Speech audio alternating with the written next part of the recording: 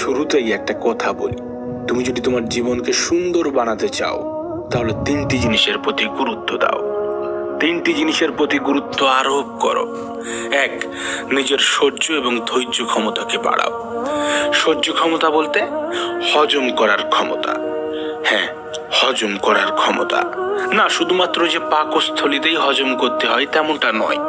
সেখানে তো শুধু খাবার হজম হয়, পাকস্থলীতে তো শুধু খাবার হজম হয়। এছাড়াও আরো দুটি স্থানে হজমের প্রয়োজন আছে, আর তা হলো মস্তিষ্ক এবং মন। মস্তিষ্কের ক্ষেত্রে কেমন? সাপোজ তুমি একজন স্টুডেন্ট, সেক্ষেত্রে তোমার পড়াশোনা মস্তিষ্কে হজম করতে হবে। পড়াশোনাগুলোকে কোথায় হজম করতে হয়? মস্তিষ্কে। আর মনের ক্ষেত্রে শুধুমাত্র একটি জিনিসের হজম করার প্রয়োজন আছে, আর তা হলো মানুষের কথা। হ্যাঁ, মানুষের কথা। প্রিয় ভাই আমার, নিজের জীবনকে সুখী করার জন্য মানুষের কথা হজম করাটা অত্যন্ত গুরুত্বপূর্ণ। মনে রেখো, তুমি যদি মানুষের কথাগুলোকে হজম করতে পারো তাহলে পৃথিবীর কেউ তোমাকে দুঃখী বানাতে পারবে না, তাহলে পৃথিবীর কেউ তোমাকে সুখ থেকে বঞ্চিত করতে পারবে না। দুই, স্টার্ট ইগনোরিং সামথিংস। কিছু কিছু জিনিসকে ইগনোর করা শুরু করে দাও। মনে রাখো, এই পৃথিবীর এমনও কিছু মানুষ আছে যারা তোমার সফলতা চায় না। এমনও কিছু মানুষ আছে যারা চায় না তুমি সুখে থাকো। এমনও কিছু মানুষ আছে যারা সারা জীবন তোমার পিছনে সমালোচনা করে। এমনও কিছু মানুষ থাকবে যারা তোমাকে হিংসা করে যাবে। না, এটা শুধু তোমার ক্ষেত্রে নয়, এই পৃথিবীর সকল মানুষের ক্ষেত্রে। এই পৃথিবীর সকল মানুষের জীবনে এমনও কিছু মানুষ থাকে। এই পৃথিবীর সকল মানুষের জীবনে এমনও কিছু মানুষ থাকে। দেখো, তুমি চাইলেও এগুলোকে আটকাতে পারবে না। তুমি চাইলেই সকলের মন জয় করতে পারবে না, আর এটা সম্ভব নয়।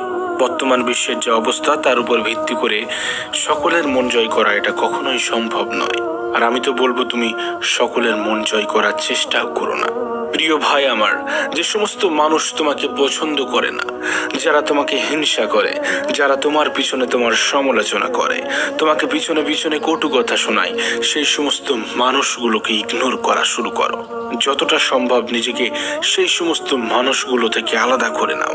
সেই সমস্ত মানুষগুলোকে এড়িয়ে চলো। আমাদের জীবনে এমন কিছু সময় আসে যখন আমরা নিজেদেরকে ডিমোটিভেট ফিল করি। সেই সমস্ত সময় যেগুলো তোমাকে সুখী হতে বাধা সৃষ্টি করে, সফল হতে বাধা সৃষ্টি করে, সেগুলোকে ইগনোর করতে শুরু করে দাও। মনে রেখো, ইগনোর এমন একটা জিনিস যেটা তোমাকে সুখী হতে অনেক বেশি সাহায্য করবে, যেটা তোমার জীবনকে সুন্দর করে তুলতে সাহায্য করবে। সুতরাং যেগুলোকে তুমি অপছন্দ করো সেগুলোকে ইগনোর করতে শুরু করে দাও, সেগুলোকে এড়িয়ে চলতে শুরু করো। যদি তুমি নিজেকে কন্ট্রোলে আনতে পারো, মনে রেখো, যদি তুমি নিজেকে কন্ট্রোলে আনতে পারো তাহলে নিঃসন্দেহে প্রকৃত সুখের স্বাদ গ্রহণ করবে। নিঃসন্দেহে তোমার জীবনটা সুন্দর হতে শুরু করবে। এবং লাস্ট ও সব থেকে গুরুত্বপূর্ণ, চুপ থাকা অভ্যাস করো। চুপ থাকতে শুরু করো, কম কথা বলা অভ্যাস করো। মনে রেখো, তুমি যত কম কথা বলতে শুরু করবে, কথা যত কম বলবে, ততই তোমার পক্ষে ভালো। যে কোনো পরিস্থিতিকে মোকাবেলা করার সব থেকে সহজ পদ্ধতি হচ্ছে কম কথা বলা অথবা কথা না বলা। তুমি খেয়াল করেছো কিনা জানি না, তবে যারা কম কথা বলে তাদের কথার গুরুত্ব বেড়ে যায়, তাদের কথার ভ্যালু বেড়ে যায়, ইভেন সেই সমস্ত মানুষের মর্যাদা বেড়ে যায়।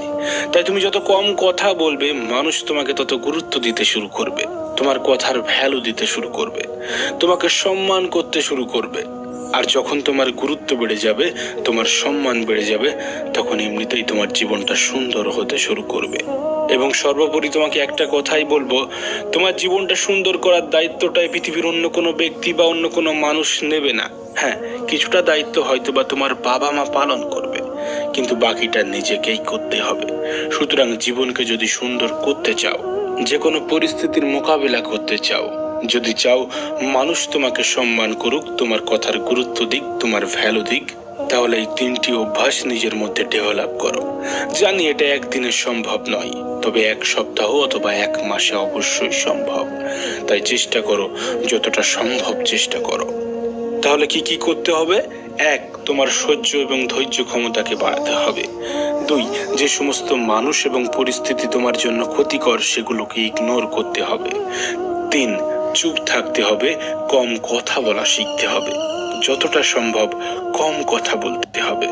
যদি এই 3টি জিনিস নিজের মধ্যে প্রতিষ্ঠা করতে পারো, তাহলে নিঃসন্দেহে তোমার জীবনটা সুন্দর হয়ে যাবে। নিঃসন্দেহে তুমি নিজেকে